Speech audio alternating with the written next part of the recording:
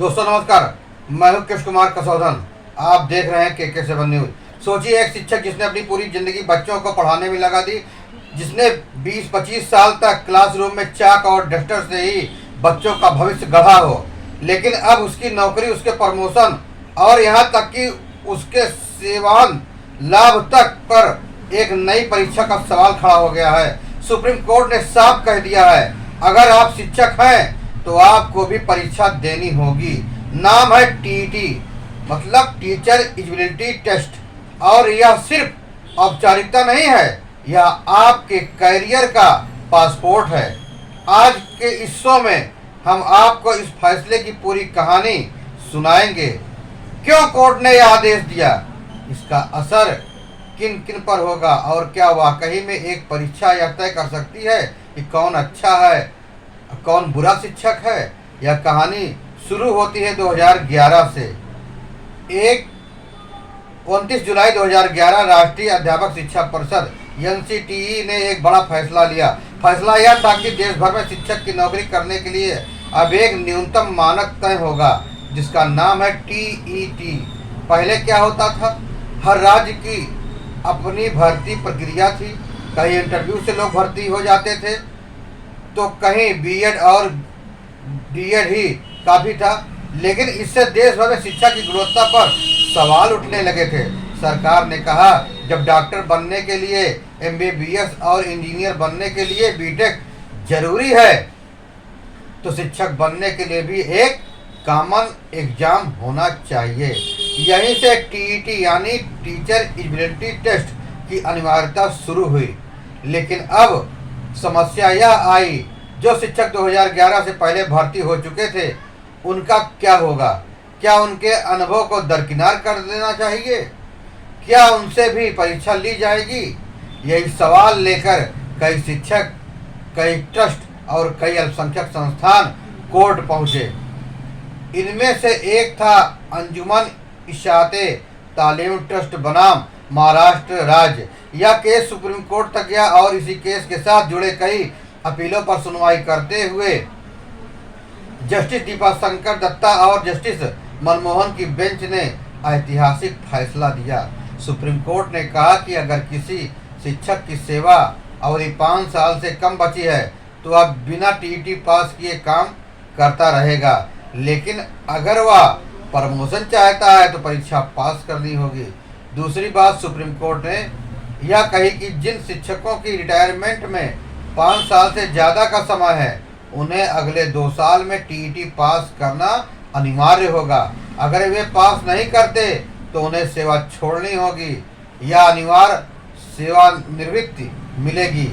तीसरी बात supreme court ने कही कि सेवांत लाभ यानी पेंशन, ग्रेजुएटी आदि पाने के लिए क्वालिफाइंग सेवा पूरी करनी होगी। अगर कमी है तो संबंधित विभाग विचार करेगा, यानी अब कोई भी शिक्षक TET से बाहर नहीं रहेगा। और हाँ, प्रमोशन का रास्ता तभी खुलेगा जब वह ये TET परीक्षा पास कर लेगा। अब बड़ा सवाल, यह फैसला क्यों लिया गया? यहाँ हमें संविधान देखना होगा।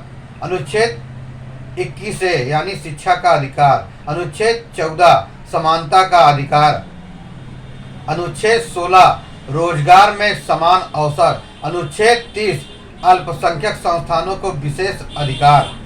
अल्पसंख्यक संस्थानों ने यह दलील दी थी कि हम अपने यहाँ शिक्षक नियुक्त करने के लिए स्वतंत्र हैं, सरकार बाधा नहीं डाल सकती।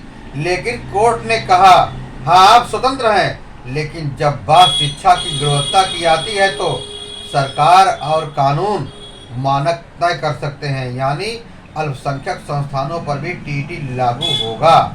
आइए आपको 2 कहानियां सुनाते हैं। पहली कहानी राम कुमार की। राम कुमार 52 साल के हैं, गांव के प्राथमिक विद्यालय में 25 साल से पढ़ा रहे हैं।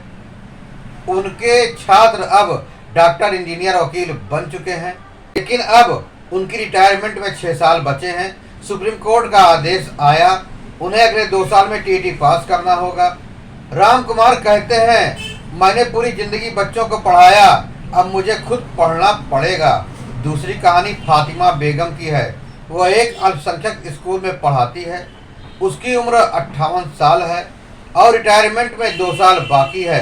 कोर्ट ने कहा आप टीईटी दिए बिना भी सेवा में रह सकती हैं, लेकिन प्रमोशन चाहेंगी तो आपको भी परीक्षा पास करनी होगी। ये दोनों कहानियां बताते हैं कि कोर्ट ने संतुलन बनाने की कोशिश की है। अब सवाल उठता है कि टीईटी इतना जरूरी क्यों है। पूरे देश में शिक्षा की गुणवत्ता एक जैसी हो, शिक्षक की न्यूनतम योग्यता तय हो, बच्चों को बेहतर पढ़ाई मिले। भारत में आज भी कई जगह शिक्षक बिना ट्रेनिंग के पढ़ाते हैं। कोर्ट ने कहा अगर बच्चों का भविष्य सुरक्षित करना है तो शिक्षक को भी मानक पर खरा उतरना होगा।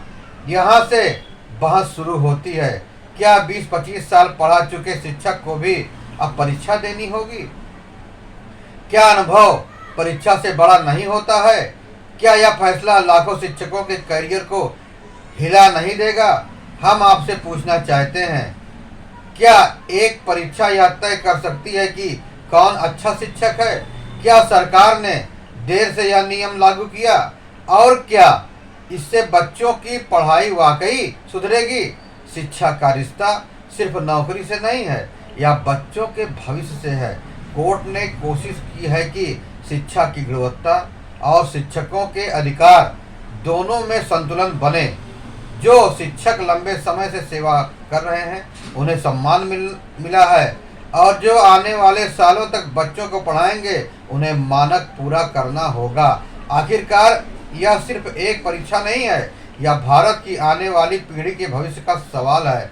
हमने आपको टीईटी के फैसले की पूरी कहानी सुनाई। अब गेंद आपके पाले में है।